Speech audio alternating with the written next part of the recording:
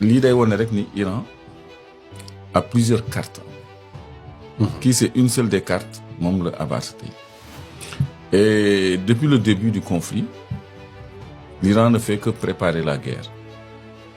L'Iran n'est pas réellement entré en guerre. Jusqu'à présent, non, l'Iran prépare la guerre. Comment l'Iran prépare la guerre? L'Iran a anéanti, maa ngi làkk français sax, les bases aériennes yi wër Iran. Bases aériennes yi nekk États-Unis yëpp te mu wër Iran Iran détruit na leen. muy base navale fii bateau yi nekk bateau de guerre yi. ak sous-marin nucléaire yi. mooy la 5e flotte bi nekk Bahreïn. détruire nañ ko. détruire nañu le commandement central américain le CENTCOM bi nekk Qatar nga xam ni c'est la plus grande base bi nekk foofu dans le Golfe. Les Américains avaient jotoon nañu démentir loolu mais on a vu que affaire bi dafa disparaître. Et puis c'est même pas un seul bombardement parce que dañ ko laalaat ko. Et il y a des milliers de soldats là-bas qui ont dû démanteler. Donc le commandement central américain dans le Golfe a été détruit. Ak base yi fa nekk yëpp. C'est ça que j'appelle une préparation à la guerre. Les radars d'alerte précoce muy THAAD muy le radar spécial FPS 132 boobu yooyu yëpp détruire nañ leen. boo seetloo temps yi la défense anti-aérienne israélienne elle est quasiment inexistante. Dôme de fer. Dôme de fer. amatul benn njëriñ. parce que même le Hamas et le Hezbollah de l'autre côté seen projectiles yi ñu ngi àgg. ce qui était impossible à cause du dôme de fer. Donc seen moyen de lecture d'alerte précoce. amatuñ ko parce que radar yi dañ ko attaqué.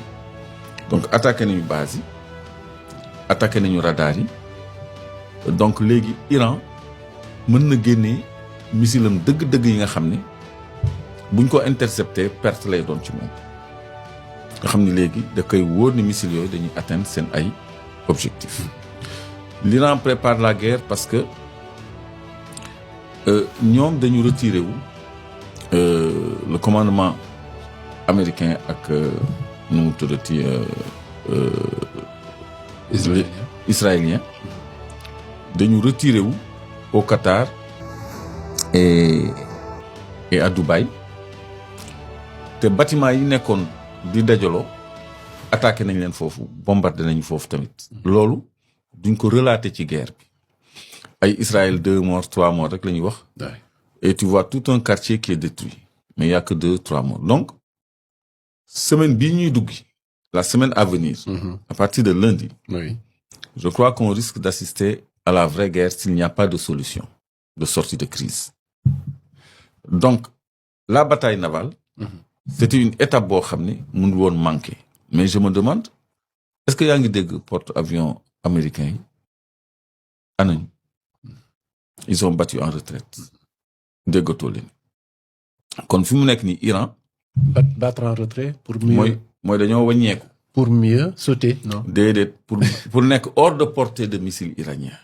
attention pour missiles iraniens yi bañ leen a jot te loolu terewul ñu jot leen je crois que guerre bi ay étape la ay palier la yoo xam ne parce que ministre des affaires étrangères u Iran joxe na conférence de presse dem boo xam ne maa ngi ko doon dégluwaat tey mais moom nee na bu ñu wax Iran dara Iran dañ ko agressé donc dafay xeex ba fi mu yem ay négociations yooyu c'est pas encore à l'ordre du jour donc léegi la carte supplémentaire day wane ni li ministre affaires étrangères boobu wax que la négociation n'est pas à l'ordre du jour loolu escalade la parce que fan yëpp ñu ngi attaqué ay pétroliers ak ay bateaux c'est vrai que juróon na coow mais pas comme coowu tey bi tey li xew mooy dañu déposer ay mine ay boules yu mag la yoo xam ne dañ koy larguer ci géej gi muy flotter du di carrément boo xam ne bu dajeek navire da koy couler da koy couler Moustapha yónni naa la benn essai de tir de tir xam nga déflagration wu mine marine. oui pour nit ñi xam dégâts bi benn mine marine mën a def. je crois que boo ñu projeté loon li ma la yónnee léegi sànq. nit ñi dañu am une idée de lan moo tax Trump ak communauté internationale bi am choc. te la difficulté mooy poser mine moo gën a yomb dindi mine parce que bu ñu ko xasee poser léegi pour dindiwaat ko dina jël ay mois voire ay années. ah oui donc c'est forcément destiné à exploser alors. non tant que amul contact du exploser. est-ce que contact mën na ñàkk ak situation bi. comment bu fekkee ni bateau yi doxantuwuñu foofu. oui. du am benn risque. léegi nag ki poser ay minam. moom mooy am plan de mine. fii ay armée marine française moo doon essayer déflagration benn gis nga nii lay def. xam nga lii benn mine sous-marine pour nit ñi am idée lan la. fii armée française moo doon essayer benn mine sous-marine am kese ban impact lay def ci bateau bi te bateau bi sore na ko mais terewul gis nga. yëngal na étagères yi ba am yu fa daanu. donc lii benn la. te ay milliers la ñuy sànni foofu wala ay centaines la ñuy wesaare foofu yoo xam ne ku ci nekk day am trajectoire aléatoire loolu nag amul benn armée bu ko mën a dékku parce que déflagration bi bu ngeen ko gisul du ngeen am une idée de mine bu ñu def ci géej lan la mën kii amul bateau bu mu mënta yàq ak noo mënti toll te lii benn rek la benn donc boo jëlee ay centaines tasaare ko ci géej gi loolu risque la te dafa am beneen xeetu mine bii weñ moo koy attiré day ñëw ci coque bi explosé am na beneen boo xam ne dañ koy lester maanaam day am benn genre encre boo xam ne da koy xaw diigal doo ko gis à la surface boobu signature acoustique moo koy déclenché maanaam riiru moteuru bateau moo koy déclenché donc loolu moom la ñu wesaare ci détroit d'Ormuz. léegi nag la navigation n'est plus sécure léegi ki nga xam ne moo posé ay minam moom rek moo am son plan de mine parce que doo ko posé nii rek au hasard da ngay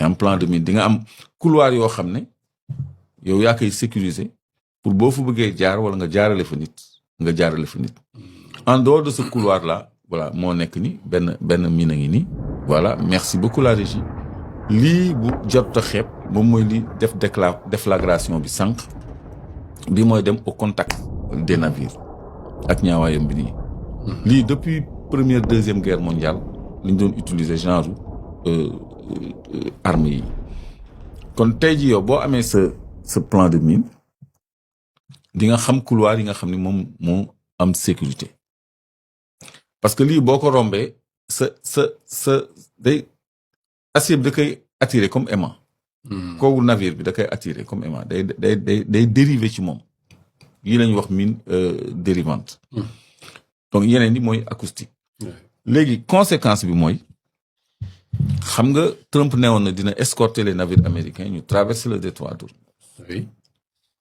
léegi xam nga lan la mujj wax information Trump nee na bu fekkee ni Iran dindi na miinam yi da koy jàppee acte de bonne volonté boo xam ne sortie de crise la maanaam conflit bi dana fi yem xam moom dafa ni woon bu renverser mine bi waaw bii la ñuy